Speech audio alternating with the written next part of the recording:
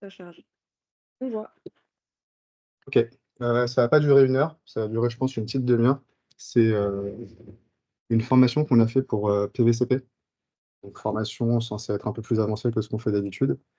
On a déjà eu une formation JavaScript il y a quelque temps, donc si vous allez sur Notion, il y a déjà, une grosse documentation Notion qui essaie d'expliquer, ce que c'est, ce qu'on regarde et ce qui peut poser problème. Là, ces quelques slides, elles sont vraiment axées comment je le recette. Parce qu'en fait, je pense que vous savez à peu près tous que le JS, ça pose souci, que Google, peut le voir, peut ne pas le voir, mais il faut être certain, en fait, de comment le recetter pour être certain de savoir s'il y a un problème ou pas. Et vous allez voir qu'en fait, il y a 2-3 techniques à savoir, pas plus, pour, s'assurer qu'un site est compliant ou pas, niveau JS avec Google. OK. Donc déjà, 2-3 slides de mise en contexte sur pourquoi le JS, c'est, compliqué. Ça peut être compliqué côté SEO et dans quoi vous allez retrouver ces complexités. Le JavaScript, aujourd'hui, on le retrouve pour gérer notamment de la pagination, Infinite Scroll. Tous les sites que vous voyez avec du Infinite Scroll, il y a du JS qui est derrière. Ça, c'est, une première complexité pour Google parce que l'Infinite Scroll, ça fonctionne, bah, avec le scroll de votre souris. Google, lui, scrolle pas. Donc déjà, ça peut poser problème. Si des produits sont ajoutés dynamiquement avec du JavaScript en fonction de la navigation, Google passera à côté. Ça, c'est un sujet qui est plus lié à la pagination, donc je ne m'attarderai pas dessus. C'est pour ça notamment qu'on vous dit qu'il faut toujours une pagination HTML, qu'on est un peu chiant dessus, parce que sinon Google ne verra pas simplement les produits d'Infinite Scroll. Vous retrouvez du JS dans tout ce qui est filtre, donc notamment des filtres e-commerce. Il y a beaucoup de modules qui vous permettent de trier par taille, trier par couleur, trier par prix. Et généralement, ces modules sont gérés en JavaScript. Donc vous avez deux cas de figure ici. Soit c'est entièrement en JavaScript et derrière vous n'avez même pas de génération d'URL et dans ce cas-là, pour Google, c'est invisible. Soit c'est géré en JavaScript et derrière vous avez des URL, donc ça va être considéré comme des pages à part entière. Mais potentiellement, c'est quelque chose que Google pourra avoir du mal à voir, pourra ne pas voir du tout si c'est codé en full JS dynamique. Vous verrez pourquoi. Il y a beaucoup de problèmes qu'on va rencontrer en JS qui sont liés à comment le JavaScript gère les URL. Donc c'est le principal problème qu'on va rencontrer. Vous avez des modules de cross-linking qui sont parfois gérés en JavaScript. Alors, soit parfois le module entièrement, c'est-à-dire vous désactivez le JavaScript, le module disparaît, soit l'arrivée de nouveaux produits. Vous avez des modules qui vont être visibles dans le code source de la page, mais en fait, au moment où vous scrollez pour aller voir d'autres produits, ça fait un appel supplémentaire. Donc, parfois, il y a des modules de cross-linking qui sont partiellement visibles dans le code source. Donc, c'est aussi un point d'attention. Vous avez tout ce qui est review. Vous allez parfois faire appel à des services extérieurs pour appeler vos propres reviews, donc vos reviews seront ou pas dans votre code source en fonction de comment vous les appelez. C'est pareil pour les commentaires. Et la dernière brique, c'est globalement le contenu complet du site. Vous avez aussi des sites, si vous désactivez le JS, le site entier disparaît. Donc tout ce qu'on a mis ici est compris dedans, plus votre contenu, plus vos images, et en gros tout dépend du JavaScript. C'est un cas un peu, j'allais dire c'est un cas un peu plus rare, mais pas vraiment, parce qu'au final, les frameworks JS, il y en a de plus en plus, des sites qui sont développés full JS. Et si vous désactivez le JS, vous avez une fenêtre blanche, tout bêtement. Maintenant, ça pose pas forcément un problème que ce soit géré en JavaScript. Il y a 3 stades qu'on va vouloir vérifier, parce que c'est ces 3 stades-là qui vont vous poser problème. Le premier stade, c'est un peu celui que je disais, votre contenu, votre module, là, c'est tout le site potentiellement, est appelé en JavaScript. Donc si vous chargez le site sans JavaScript, vous avez rien. Parce qu'en fait, le site, il se trouve dans, quelques fichiers, JavaScript. Et si vous les rendez pas, ces fichiers, vous avez aucun contenu. Donc ça, généralement, quand vous utilisez Web Developer et que vous désactivez le JS, vous avez rien dans le code source, vous avez une page blanche. Mais ça, c'est pas un problème en soi. C'est pas un problème en soi, puisqu'on sait que Google, il rend le JavaScript. Donc cette étape d'aller voir ce qu'il y a dans les fichiers, de rendre votre site et d'accéder à votre site, ça, Google, il va le faire. Ça devient un problème, cette première étape, ce premier point d'attention, si vous êtes sur un très gros site. Parce que encore sur un petit site qui fait 15, 100, 200 pages, le fait de devoir rendre le JavaScript à chaque fois pour voir le contenu complet du site, Google, il va le faire. Il va le faire, il va y accéder, ça ne va pas vous poser plus de soucis que ça. Par contre, si vous êtes sur un site de centaines de milliers de pages, voire de millions de pages, de forcer ça pour Google, ça va être une source de travail énorme et chronophage et potentiellement vous allez avoir des problèmes de rendu. Ce qui va peut-être pas le faire sur toutes vos pages, pas tout le temps. Donc cette première étape de se dire: «Tout mon contenu dépend de mon JavaScript», c'est, problématique si vous voulez être un tueur d'un point de vue SEO, parce que ça pose quand même une étape supplémentaire. Ça pose problème si vous avez un très gros site ou un site qui se met à jour très fréquemment. Mais j'ai imaginé par exemple un accueil de sites médias entièrement en JavaScript. Google, il doit y passer, plusieurs fois par heure pour voir tout ce qu'il y a de nouveau. Ça peut poser problème. Si vous avez un petit site, dites-vous que c'est pas non plus handicapant. Vous allez le relever, vous allez dire: «Ce serait mieux si c'était un peu pré-rendu et qu'on avait tout dans le code source», mais ce sera pas bloquant en tant que tel. Ce qui nous pose un peu plus souci, c'est le deuxième point. C'est de se dire: «Google, il a rendu votre site, donc il a accédé à votre contenu, et dans ce qu'il a rendu, on n'a pas d'URL». Ça, c'est lié au fonctionnement même de JavaScript. Le JavaScript peut fonctionner de façon entièrement dynamique et pas avoir besoin d'URL pour vous faire naviguer dans le site. Ça, c'est la plus grande menace qu'on a côté SEO, parce que si on n'a pas d'URL, on n'a pas d'arborescence, donc Google peut rien explorer. Il arrive sur, un accueil, il voit du texte, et en fait, c'est tout, c'est une impasse pour lui. Donc la deuxième chose qu'on recette quand on est face à des frameworks en JavaScript, c'est de se dire: Google, il va rendre le site, donc si vous le testez dans la Search Console, si vous le testez dans l'outil des rich snippets, vous allez avoir un site, vous allez avoir un code source, mais on va vouloir voir si dans le code source, on a des URL ou pas. Si on n'a pas d'URL, potentiellement, on n'a pas de site. Et ça, c'est un des freins principaux qu'on doit résoudre quand on veut optimiser des sites en JavaScript. Et la dernière chose, ça faisait, un peu écho au module de cross-linking dont je vous parlais. Il y a certains éléments qui vont être appelés qu'après une interaction utilisateur. J'arrive et je clique sur, alors pas vraiment les accordéons FAQ, parce qu'aujourd'hui plus du tout, mais je clique sur, vous avez des sites par exemple e-commerce, qui vont vous ouvrir des informations en panneau latéral ou comme ici dans une pop-in, quand vous cliquez sur un guide de taille, quand vous cliquez sur les informations supplémentaires. Potentiellement, tous ne sont pas gérés en JavaScript, mais certains peuvent l'être.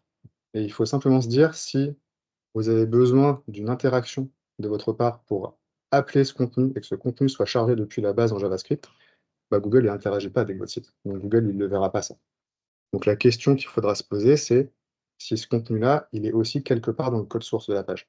C'est pas grave qu'il soit appelé en JavaScript dynamiquement pour l'utilisateur, mais il faudra qu'il soit quand même quelque part dans le code source.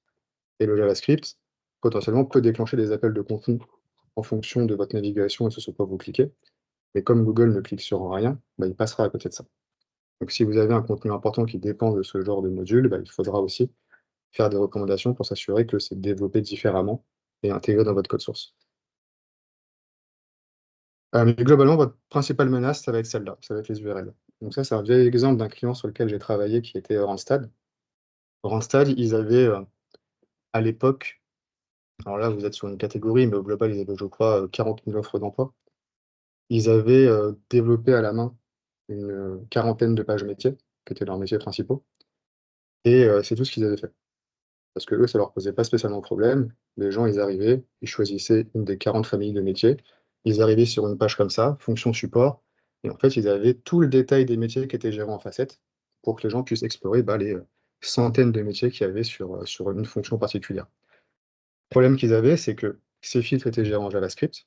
Donc, encore une fois, pas forcément de problématique. La question que je vais me poser, c'est: est-ce que derrière ce JavaScript, j'ai des URL que Google va pouvoir explorer?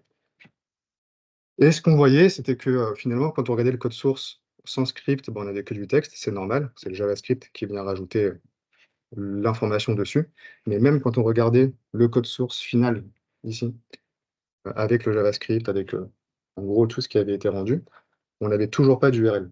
Parce que finalement, ça fonctionnait entièrement en JavaScript. Google n'utilisait pas d'URL à href, il utilisait des arguments JavaScript un peu funky que seul le framework connaissait pour se dire: «Bah, vous avez cliqué sur technico-commercial, il va aller chercher la base de données, retrier les offres et vous envoyer sur une page dédiée à ce métier». Mais ça, au final, Google ne pouvait pas le savoir parce que s'il n'y avait pas une page avec, un lien à href, pour Google, il y avait rien. Aujourd'hui, je crois que le site a beaucoup changé, mais un des travaux qui a été fait avec Randstad, ça a été simplement de redévelopper ce module de filtre pour être sûr que derrière, on avait une URL. Simplement. Comme ça, Google voyait que technico-commercial, il avait une page dédiée, il allait dessus, il avait une arborescence. Sinon, ça, pour Google, c'était vide. On avait un site avec 40 catégories pour 40 000 offres d'emploi. Un petit rappel sur le JavaScript et son fonctionnement, mais ça, je pense qu'aujourd'hui, vous commencez tous à peu près à le maîtriser. Le JavaScript pose problème juste à cause de ça, en fait, parce qu'il impose une deuxième phase de travail à Google. La première phase, vous la maîtrisez tous. Googlebot, il crawl le web, il arrive sur des URL, il télécharge le code source, il trouve de nouvelles URL et il passe comme ça, de page en page, de site en site, il analyse ce qu'il a vu. Sauf que sa première phase, il le fait sans aucun script, donc il voit votre version HTML brute, il l'analyse, il vous rank et il y a que dans une deuxième phase qu'il va aller voir ce que les JavaScript modifient sur votre site, potentiellement le contenu que ça ajoute, le contenu que ça enlève, et il va réévaluer votre page et il va vous repositionner.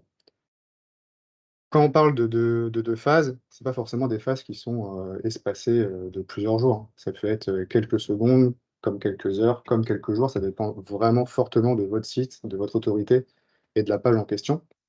Mais encore une fois, c'est la récurrence de cette action à l'ensemble d'un site sur des, dizaines, voire des centaines de milliers de pages qui pose souci. Et si on est dans une logique de performance, la question qu'on va se poser côté SEO, c'est comment faire pour que tout le travail de Google se passe que sur une phase, qu'il n'ait pas en fait un travail supplémentaire à faire. Parce que le JavaScript, c'est très différent du HTML ou du CSS comme langage de programmation.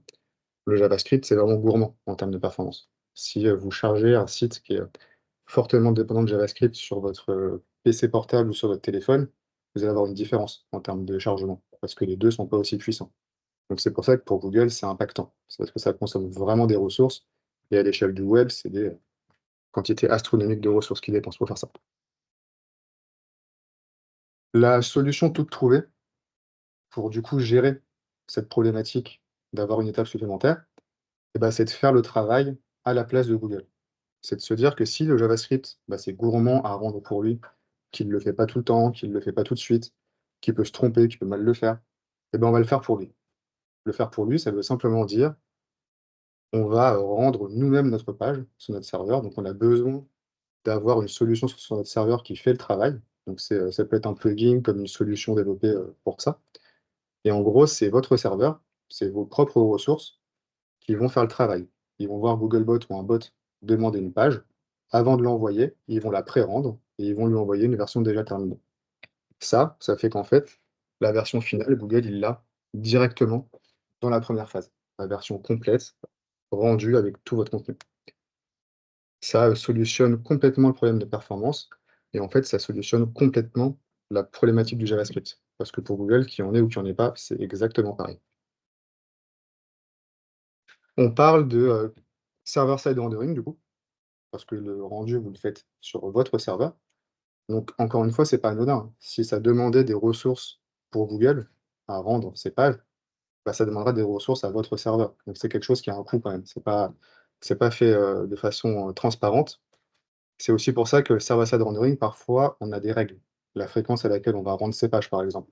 Peut-être qu'on va rendre une version de sa page la première fois qu'elle est demandée dans la journée, qu'on va plus la rendre de la journée et qu'on refera le même travail demain. Ou alors peut-être qu'on va rendre une page et qu'on va la laisser une semaine pour les bots. Donc il y a plein de règles qui peuvent être, données. Il y a, je pense, rarement des solutions de server-side rendering qui rendent les pages à chaque fois qu'on les demande. En fait, généralement, on fait le travail une fois et après, on l'envoie à un bot. L'alternative à ça, je crois qu'on va sur la slide d'après, ou pas forcément, c'est de se dire que la version pré-rendue de notre page, on l'envoie qu'au bot. En fait, il y a que le bot qui a besoin d'avoir ce travail pré-mâché et d'avoir cette version rendue sans faire d'efforts supplémentaires. À l'utilisateur, on va lui laisser la charge de rendre la page et de voir la version finale la plus à jour possible. Quand on parle d'hybrid rendering, en fait, ça veut juste dire heu, qu'on fait le tri. On envoie au bot une version pré-rendue, l'utilisateur, on laisse rendre la page. Hybride, ça veut juste dire qu'on a les 2 systèmes qui cohabitent. Côté utilisateur, on appelle ça du client-side rendering parce que c'est vous, le client, qui rendez la page. Que c'est la différence entre server-side rendering, le rendu est fait côté serveur, client-side, il est fait de votre côté, et hybride, on a juste un site qui envoie une version pré-rendue au bot et une version, pas pré-rendue à l'utilisateur. Je ne crois pas, mais ça peut exister. qu'il y ait des sites qui envoient des versions pré-rendues à tout le monde. Ça peut exister. Un site en full server-side rendering qui s'embête pas à envoyer, une version, naturelle au client, mais généralement, on fait un hybride parce qu'on a envie que l'utilisateur ait la version la plus à jour de son contenu, la plus finale possible. Là où le bot, c'est pas grave s'il a quelques heures ou un jour de retard. Ça ressemble à ça concrètement, du coup. En haut, vous avez le client-side rendering, donc on envoie le HTML, le JS au navigateur d'internaute et c'est lui qui fait tout. Et en bas, vous avez le server-side rendering. On envoie le HTML et le JS sur une solution qui est sur notre serveur, on pré-rend la page et on envoie une version statique finalisée au bot. Donc globalement, c'est aussi simple que ça. Est-ce qu'il y a des questions jusqu'ici? Ou est-ce qu'on est bon? Tu as des exemples de sites qu'on pourrait aller voir? J'en ai quelques-uns. Bah, j'en cherchais un en fait qui était, complètement, sans lien et je crois pas que je l'ai trouvé. Mais du coup, je suis reparti de Métro que m'avait envoyé Juliana, parce que du coup, quand on essayait de le crawler on n'avait rien et je vais un peu pré-shot, Et les on est slides que d'accord je vais voir après. que là, Google, lui, c'est OK pour lui, même si c'est pas exactement, même si c'est pas les mêmes versions. Ouais, là, vous avez le site de Métro, par exemple, une fois que j'ai désactivé les JS et le CSS. C'est beau.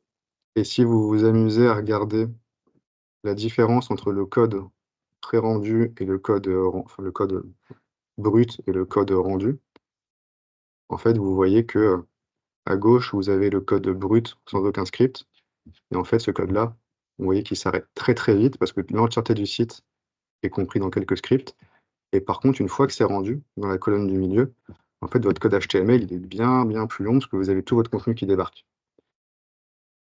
Et du coup, ça ne pose pas de problème. Le site de Métro, Google, il le crawl, il y accède, il voit le contenu qu'il y a dessus. Si on regarde le code source, on a des URL, donc en fait, le site, il arrive à naviguer dessus. Ici, on a une URL à href, cette URL, il va la voir, il va la télécharger. Le problème plus important qu'on peut avoir, c'est, si vous avez un site qui est dans ce cas de figure, il n'y a rien quand il y a du JS, quand il n'y a pas de JS. Quand il y a du JS, vous avez le code source qui apparaît, mais quand vous regardez dans le code source, il n'y a toujours pas d'URL. Ça, par contre, c'est une impasse. Mais justement, on va venir aux différentes astuces pour resetter, parce qu'elles sont globalement très, très simples.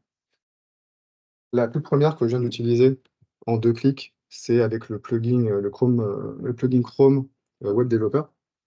Web Developer, c'est une petite roue crantée que vous trouvez, dans vos plugins. Ça vous permet d'agir sur, comment votre navigateur présente la page. Vous pouvez lui faire des dizaines de trucs, highlighter les H1, highlighter les height d'images et vous pouvez notamment désactiver le JavaScript de votre navigateur. Donc votre navigateur va fonctionner sans JavaScript. Généralement, il ne faut pas oublier de le réactiver, parce que si vous pouvez naviguer sur d'autres sites et vous dire c'est bizarre, mais c'est parce qu'en fait vous ne l'avez pas réactivé. Voilà, Chrome ne marche plus, Drive ne marche plus, donc c'est généralement qu'on a obligé de le réactiver, on s'en rend compte assez vite, même si au début on se prend un peu la tête. Mais pas que, ça vous permet aussi de désactiver vos CSS. Et c'est important quand vous resettez un site en JavaScript de désactiver. Le but de cette slide, elle est là pour ça. Il veut dire que resetter un site en se disant j'ai pris Web Developer, j'ai désactivé le JS, il n'y avait rien, c'est qu'il n'y a rien, ça ne suffit pas. En fait, il faut que vous désactiviez le JS et le CSS, parce que forcément, des fois, vous désactivez le JS et la mise en page pète. Et la mise en page pète, ça veut dire que vous pouvez avoir un écran blanc, mais dans le code source, vous avez quand même du contenu. Désactiver le CSS vous assurera en fait qu'il n'y ait pas de mise en page ou un énorme carré blanc qui soit devant vous, et que vous voyez vraiment le code source tel qu'il est sans script. Et là, je ne sais pas si j'aurai des exemples pour ça, malheureusement. Est-ce que vous avez des sites qui fonctionnent en JS parmi vos clients? Vas-y. Je vais juste voir si j'arrive à en trouver un avec une différence, avec et sans CSS. Parce que c'est très piégeux, en fait.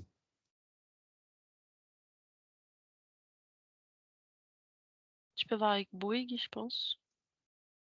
Eva GG, il est full JS. Vous voyez, il a déjà désactivé le CSS et j'ai rien du tout. Mais dis quoi?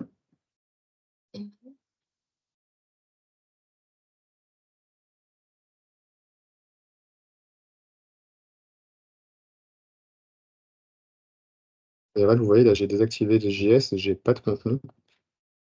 Il y a de fortes chances que si je désactive le CSS, et que vous voyez que j'ai du contenu. Donc ça sert juste à éviter ce piège. C'est juste de vous dire, quand vous désactivez juste le JS, ça peut juste être une question de mise en page, qui est rien, on a l'impression que le code source est vide. Quand vous désactivez le CSS, on voit que les URL, sans JS, sans CSS, j'ai du contenu dans mon code source. Donc le contenu, il est là, les liens, ils sont là. Donc ça, je sais pas c'est quoi, c'est dans le trait. Mais j'ai des liens, donc j'ai 0 image. Ça, c'est un peu naze. Et globalement, j'ai mon arborescence. Donc sur cette première astuce, n'oubliez pas de désactiver les deux. Et en fait, ce que vous allez voir là, c'est votre version HTML brut.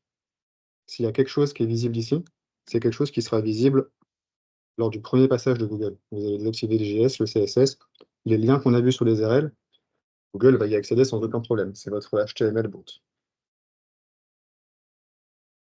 On va activer le JS.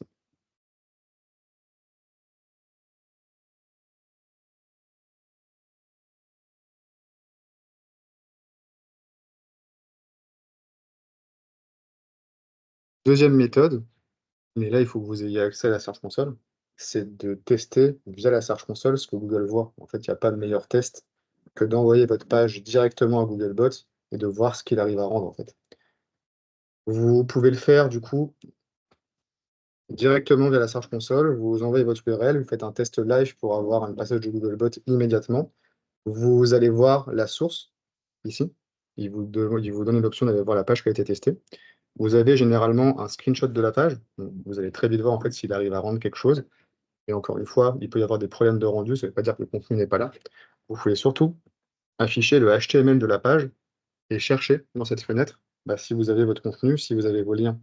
Si vous avez dedans votre contenu, vos liens, votre arborescence, vos balises à la chaîne, en fait tout le contenu de votre page, vous pouvez vous dire que JS ou pas, Google a réussi à accéder à votre page, à rendre votre contenu et à y accéder. Ça, il va l'évaluer sans aucun problème. Donc ça, c'est un test qui permet de s'assurer que Google voit bien votre contenu. Si vous avez tout qui est là-dedans, vous n'avez aucun problème à vous poser. Potentiellement, si vous n'avez pas la Search Console, il y a un autre test qui fonctionne de façon similaire à Googlebot, c'est le test des données structurées. Donc si vous n'avez pas accès à la Search Console, vous pouvez envoyer l'URL sur l'outil de données structurées, voir le code source qu'a téléchargé l'outil. Et là aussi, vous allez pouvoir vous dire si mon contenu est dans le code source téléchargé, Google le verra, JS ou pas. C'est qu'il a réussi à rendre votre page et votre contenu. Vous avez évidemment, je suis passé dessus tout à l'heure, View Rendered Source, qui est un plugin qui va simplement vous montrer dans 3 fenêtres côte à côte votre code HTML brut, votre code HTML rendu et les différences entre les deux. Donc là aussi, c'est très simple. Si vous vous demandez si un bout de contenu est vu par Google, cherchez un mot, cherchez une URL et voyez où elle apparaît. Si elle apparaît dans la première fenêtre, dans le premier onglet, c'est que votre contenu et votre URL, elle est dans le HTML brut. Google y accédera sans problème. Si votre mot ou votre URL elle est disponible que dans le deuxième onglet, c'est que ça dépend du JavaScript, mais que ça a été correctement rendu et que du coup Google le verra en rendant le JavaScript. Si votre mot ou votre URL, elle ne ressort pas, c'est qu'elle est disponible dans aucun des deux et que potentiellement il n'y a pas d'URL, il n'y a pas de contenu et ce sera inaccessible. Ça, c'est ce que je vous montrais ici. Du coup, c'est assez facile. Si je vais sur, c'est les URL, je crois. Ça, c'est le métro. Du coup, c'est assez simple. Si je me pose la question de, par exemple, est-ce que ma catégorie matériel CHR, elle est bien visible dans mon code source, je vais simplement faire cette recherche et vous allez voir que là, matériel CHR ressort que 2 fois. Il ressort que dans la fenêtre du milieu et que dans la fenêtre de droite pour montrer la différence. Donc c'est ce qui me prouve que dans le HTML brut, j'ai pas ce contenu et que j'ai ce contenu que une fois que mon site est rendu. Encore une fois, ça ne veut pas dire que Google n'y accédera pas. Si c'est visible ici, Google y accédera. Ça veut juste dire qu'au moins vous êtes sûr que ça dépend du JavaScript. Donc ça, c'est un petit outil très facile à utiliser. Et enfin, dernière astuce pour savoir si quelque chose dépend ou pas du JavaScript, utilisez simplement la fonction site de points. Site de points, ça vous permet de faire une recherche restreinte à un site ou une page. Faites un site de points sur la page en question, cherchez un bout de texte si vous vous demandez Google l'a vu, et normalement Google, s'il l'a vu, il va vous le ressortir dans la métadescription, parce qu'il va aller chercher le mot que vous lui demandez dans la page. Donc ça aussi, c'est un moyen très simple de voir est-ce que Google accède à votre contenu ou pas. Si c'est présent ici, Google l'a vu. Google l'a vu, il l'évaluera, il n'y aura aucun problème. Si ça ne ressort pas, c'est potentiellement que Google ne le voit pas. Quand vous faites ces tests, juste essayez de le faire sur des phrases qui ne sont pas trop longues, parce qu'il peut aussi y avoir parfois des petites différences. Et si vous faites une recherche trop longue, peut-être que ça foirera parce qu'il y a une différence de virgule quelque part. Donc essayez de faire plusieurs fois la recherche pour vous assurer que c'est bien visible. Est-ce que ces quelques méthodes sont claires? Vous les utilisiez tous? Il y a des méthodes que vous découvrez?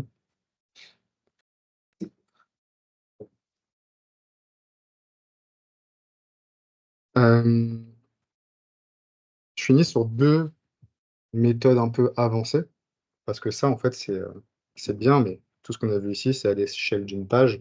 On se pose la question de si on dépend du JavaScript, de si Google voit le contenu, donc c'est globalement assez simple de le voir. Potentiellement, on peut, se poser la question aussi à l'échelle d'un site en entier. Pour ça, la méthode la plus simple, c'est, de faire un crawl classique de votre site, puis de faire un crawl en JavaScript et de comparer les 2. Vous avez, un outil de crawl over crawl qui est intégré directement sur un crawl. Donc, il suffit de sélectionner 2 crawls qui soient, d'affilée ou pas. Vous pouvez sélectionner n'importe quel crawl et il va vous envoyer ici sur un onglet de comparaison. Vous allez pouvoir voir est-ce que j'ai plus de pages? Est-ce que ma profondeur elle est vue différemment parce que mon maillage il change? Est-ce que mes pages ont plus ou moins de mots? Donc vous allez pouvoir comparer votre site avec et sans JavaScript. C'est aussi quelque chose que fait Screaming Frog. Screaming Frog, vous pouvez lancer plusieurs crawls et ensuite les comparer et voir du coup la différence, page par page ou au niveau du site, de ce que le JavaScript a modifié. Donc est-ce que j'ai plus ou moins de contenu sur mes pages? Est-ce que mon metadata a changé?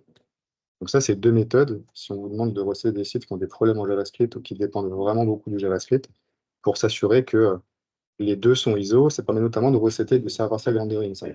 Server-side rendering est censé, en fait, rendre les 2 versions d'un site complètement identiques.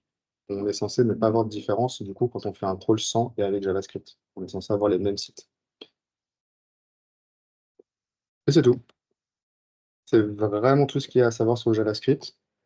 Tout ce que je vous ai montré ici, si vous avez des éléments de contenu que vous cherchez, des URL que vous recherchez et qu'elles ressortent en site de points, dans Rendered, sur l'outil de Google, quand vous désactivez, les scripts, il n'y a aucun problème pour Google y accède. Je veux que vous ayez en tête, en fait, que le JavaScript est pas bloquant en soi. Le JavaScript, ça complexifie le taf, mais vous, la seule question que vous allez vous poser, c'est: «Est-ce que dans ma version rendue», donc ici, ce que Google voit, ici, Rendered de Visual Source, est-ce que j'ai mon contenu dedans? C'est pas la mort de pas avoir son contenu dans son HTML root. Il faut pas envoyer un message, d'alarme au client en disant, «Je désactive le JS», il y a rien. C'est nul, Métro par exemple. Métro, on pourrait pas envoyer un message au client en lui disant: «On désactive le JS», il y a rien dans le code source, c'est dramatique. Ça ne l'est pas. Google, il crawl le site, il l'indexe, donc c'est que ça fonctionne. Par contre, on va juste pouvoir lui lever l'alarme que sur un site peut-être aussi gros, avec beaucoup de pages et surtout si on a des grandes ambitions d'un point de vue SEO, peut-être qu'il faudra un truc plus performant pour, Google parcourt plus vite le site et l'analyse plus rapidement et que le pré-rendering serait envisageable. Mais il faut distinguer les 2. C'est tout ce que je voulais vous montrer aujourd'hui. Est-ce que vous avez des questions ou des cas clients où vous vous cassez la tête ou, des cas que vous avez déjà vus et que vous ne compreniez pas? Du coup, non. Je sais pas si, Benoît, ça te dirait quelque chose? Quel cas est unique. C'est un peu, enfin, moi, j'avais juste une remarque sur tout ça. Ouais. On a eu le cas justement il y a pas longtemps avec le gars qui est là en page justement il avait fait. En fait, souvent, ils ne travaillent pas avec des composants. Il ne faut pas hésiter, si vous avez des composants qui sont super importants, volumineux ou quelque chose comme ça, à demander à ce qu'un composant, par exemple, soit rendu côté serveur et le reste côté client. Là, le cas qu'on a eu, c'est tout simplement les horaires d'extension. On dit, bah, moi, je veux qu'il soit bien rendu côté serveur, ça reste un composant JavaScript. On le rend côté serveur avec le JSON, avec les horaires, machin, pour que Google puisse bien tout lire. On est sûr que c'est chargé après quand il arrive. L'image de la station n'est pas chargée, le texte descriptif de la station n'est pas chargé, tout ça se fait côté client. Je sais pas si vous entendez bien, Benoît, Au moins, on sait que c'est rendu. à distance. Alors, Ouais, c'est bon. la plus importante, c'est le titre de la station, son nom, etc. Tout ça, on sait faire. C'est On peut le demander juste sur un composant pour éviter des filles énormes pour le client, parce que des fois, ça fait des filles qui peuvent être balèzes. Et après, sinon, il y a ça peut être du système de cache qui peut être envoyé que à Google. Et les systèmes de cache sont capables de faire rendering et garder du cache et l'envoyer à Google. Et on peut même faire en sorte de rafraîchir le cache juste quand c'est Google qui appelle.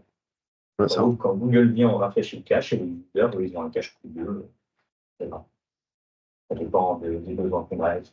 C'est un point intéressant. Effectivement, on n'est pas obligé de tout rendre, on n'est pas obligé de rendre toutes les pages, on pourrait rendre que les pages qui sont problématiques. On a eu à le faire sur Doctolib avec Botify, donc peut-être que c'est plus cher, mais je ne sais plus, ça a coûté quelque chose comme presque 200 000 € pour l'année. Mais on parle de Doctolib.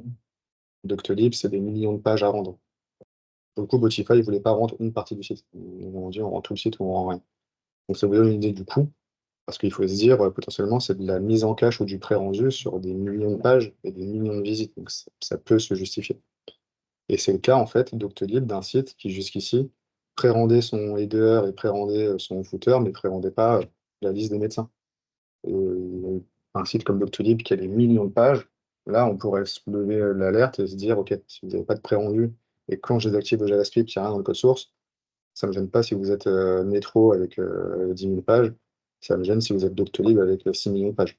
C'est très différent comme problématique. Et là, on a besoin de Google parcourt une quantité phénoménale de pages, la mettre à jour très fréquemment, ne peut pas se permettre de nous mettre des bâtons dans les roues. En fait, il faut plutôt voir c'est le JavaScript comme un bâton dans les roues pour Google. Moi, j'avais une question. Si on fait une refonte de site, c'est quoi les recommandations qu'on fait si on nous demande des recommandations à ce niveau-là? Bah, encore une fois, vous aurez. Encore une fois. Quand on parle de JavaScript, en fait, il faut que vous ayez ces 3 cas de figure en tête. C'est quasiment les seuls qui vont vous poser problème. Donc, on va se poser la question de est-ce que tout le site dépend du JavaScript ou pas? Ou est-ce que certains modules, comme le disait Benoît? C'est le cas parfois, hein. Notamment avec aujourd'hui les store locators qui débarquent un peu partout. Je ne sais plus qui ajoute quel store locator ils ont. Quel store locator ils ont, Jot? Overall, enfin, il y a des systèmes qui sont utilisés un peu par tout le monde et qui viennent rajouter une brique JavaScript à votre site. Tout le reste, c'est votre CMS. Mais Uberall, c'est un CMS, enfin, c'est un truc à part. Donc déjà, qu'est-ce qui va dépendre du JavaScript? Ce serait la première question à se poser. Et la deuxième question à se poser, c'est comment ce JavaScript il va rendre le site. Est-ce que, une fois que le site a été rendu par le JavaScript, j'ai une arborescence classique, j'ai des URL dans le HTML, et au final, je retrouve un site en HTML classique? Ou est-ce que le framework va fonctionner de façon complètement dynamique, et quand on regarde dans le code source, on n'a aucune URL? Parce qu'encore une fois, le JavaScript n'a pas besoin d'URL pour vous faire naviguer. Il pourrait juste avoir un bouton qui emmène vers une catégorie. C'est un argument JavaScript à la con, mais lui, il comprend qu'il vous envoie vers une autre partie du site. Ça, pour Google, ça ne veut rien dire. Donc la deuxième question, ce sera, OK, s'il y a des éléments qui dépendent du JavaScript, ou que le site entier dépend du JavaScript, bah, comment fonctionne ce JavaScript? Est-ce qu'il va quand même me générer des URL pour mes pages? Ça, c'est la chose la plus importante. Si c'est le cas, encore une fois, il va falloir le tester, hein, parce qu'il y a plein de technologies différentes, il y a plein de façons de les rendre, et peut-être qu'il y a des blocages que Google aura qu'on ne pourra pas estimer. Donc on fera le test, mais si il arrive à la rendre, bah, en fait, il verra les URL et il n'y aura pas de problème. À part ces problèmes de performance qui seront à soulever si c'est sur un énorme site. Si c'est un énorme site qui dit demain je migre sur un framework 100% JS, là il faut lever la main et se dire il nous faudra sûrement forcément du SSR pour faciliter le travail de Google sur votre site. Et si demain tu as Dans ce cas-là, c'est des coûts énormes pour eux. potentiellement, mais si c'est un énorme site, ils sont censés pouvoir les absorber. Et demain, si tu as un petit client qui fait 10 pages qui te dit je mixe sur un framework 100% JavaScript, pourquoi pas? Tant que quand le site est rendu, j'ai des URL et j'ai du contenu, ça peut marcher. C'est pas très grave. Donc voilà, on va se poser la question de qu'est-ce qui dépend du JavaScript et si j'ai vraiment une arborescence et du contenu une fois que c'est rendu. J'ai une problématique avec Eva, du coup, où ils font leur redirection en AWS. Ouais. Ça, c'est un problème. Bah, en fait, le problème du JavaScript, c'est que ça vient après le chargement initial de votre site. Donc il se passe un truc, on reçoit un HTML, c'est la première chose que vous voyez qui traite notre navigateur. Il y a le JavaScript qui débarque juste après et qui dit non, moi j'ai un truc en plus à dire, j'ai du contenu en plus à rajouter ou j'ai une redirection en plus à faire. Donc il y a toujours le cas où Google va voir ton site une première fois sans la redirection, parce qu'il arrive une première fois sans JavaScript, et c'est qu'en retraitant la page avec le JavaScript, il va se dire non mais je suis redirigé en fait. Donc il va arbitrer sur l'un des deux. Et globalement, c'est pas idéal. Les redirections en JavaScript, on déconseille. Faut les- Du coup, la redirection peut ne pas être prise en compte. Ça peut perturber Google. Et toi, tu as exactement le cas où on ne sait pas. On sait juste qu'il la traite mal. Est-ce que si on corrige ça, ça va marcher? En fait, il faut le tester. Il faut juste se dire qu'il y a une grande partie de notre travail technique en SEO, c'est de tenir la main à Google.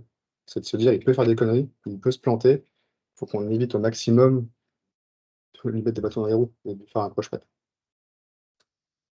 C'est une petite métaphore. Et au niveau des performances web, est-ce que souvent on va dire aux clients qu'il y a des choses à optimiser sur le JS? Ouais. C'est pas si simple que ça. C'est pas si simple que ça parce que vous avez plusieurs cas de figure. Vous avez les cas de figure où on va demander de minifier les JS et les CSS. Ça, en vrai, on gagne pas tant de performance que ça. Enfin, on gagne quelques octets sur les fichiers. C'est pas game changer. Il y a les cas de figure où on va voir qu'il y a une partie du document qui n'est pas utilisée. Donc ça, les navigateurs vous le disent aussi. J'ai chargé un fichier JavaScript de 3 MO, mais j'en ai utilisé que 1 MO. Là aussi, pour redécouper des fichiers JavaScript, ça peut être très très casse-gueule et très compliqué. Parfois, c'est pas faisable. Donc compliqué aussi. Il y a des sites qui vont avoir des fichiers JavaScript par template, et du coup ça marche bien, parce que c'est hyper optimisé. Mais il y a aussi des frameworks qui vont avoir un gros fichier JavaScript pour l'ensemble du site. Et là, d'un point de vue web perf, c'est chiant, parce que la première chose que fait Google, et vous quand vous arrivez, c'est vous télécharger un gros fichier JavaScript. Par contre, d'un point de vue navigation, après, vous l'avez chargé une fois, et peu importe la page que vous visitez, vous ne le chargez plus. Donc, vous avez une navigation qui est hyper cool. Le problème, c'est que Google, lui, il va le charger à chaque fois. Parce que Google, il navigue sans cache, sans cookie, sans rien. La première page qu'il visite, enfin, la page, quand il visite une page, c'est comme si c'était la première fois qu'il visitait la page à chaque fois. Donc lui, il va se retaper ce fichier à chaque fois. Mais là, tu as besoin d'arbitrer. Est-ce que je priorise Google ou est-ce que je priorise mes utilisateurs? Et en vrai, d'un point de vue web perf, c'est ce qu'on avait dit en dev. C'est normal que mon fichier fasse 4 MO, mais moi, d'un point de vue expérience utilisateur, c'est parfait. Il le charge une fois en arrivant sur l'accueil, et après, il ne le charge plus sur aucune des pages, il navigue hyper vite et tout se passe bien, quoi. Donc là aussi, il faut arbitrer. C'est des choix de design, j'ai envie de dire. Mais il n'y a pas de solution parfaite, et on peut avoir des sites en JavaScript performants. C'est pas une tare en soi. Ok. Le seul truc qu'il faut éviter, je sais pas qui ici qui a je sais pas si c'est OHM. Je crois que c'est OHM. C'est peut-être il y a des frameworks JavaScript qui rajoutent des animations partout en JavaScript. Vous arrivez, vous avez un loader, par exemple. Ça, c'est dégueulasse d'un point de vue expérience utilisateur. Parce que forcément, en fait, parfois, vous ajoutez un délai, comment dire, un faux délai. Enfin, le délai n'existe pas. C'est juste que vous avez prévu qu'il y ait une animation lente qui arrive, vous avez prévu qu'il y a un loader qui affiche le nom de votre site avant de disparaître en fondu. Tout ça, ça impacte le web perf. Parce que ce que Google, lui, voit, c'est qu'il y a un truc qui apparaît qui met des plombes et que le vrai contenu du site, lui, il arrive 3 secondes après. Donc ça, il faut éviter toutes les animations qui sont longues, tous les loaders, afficher le contenu le plus rapidement possible, et globalement, ça marchera bien.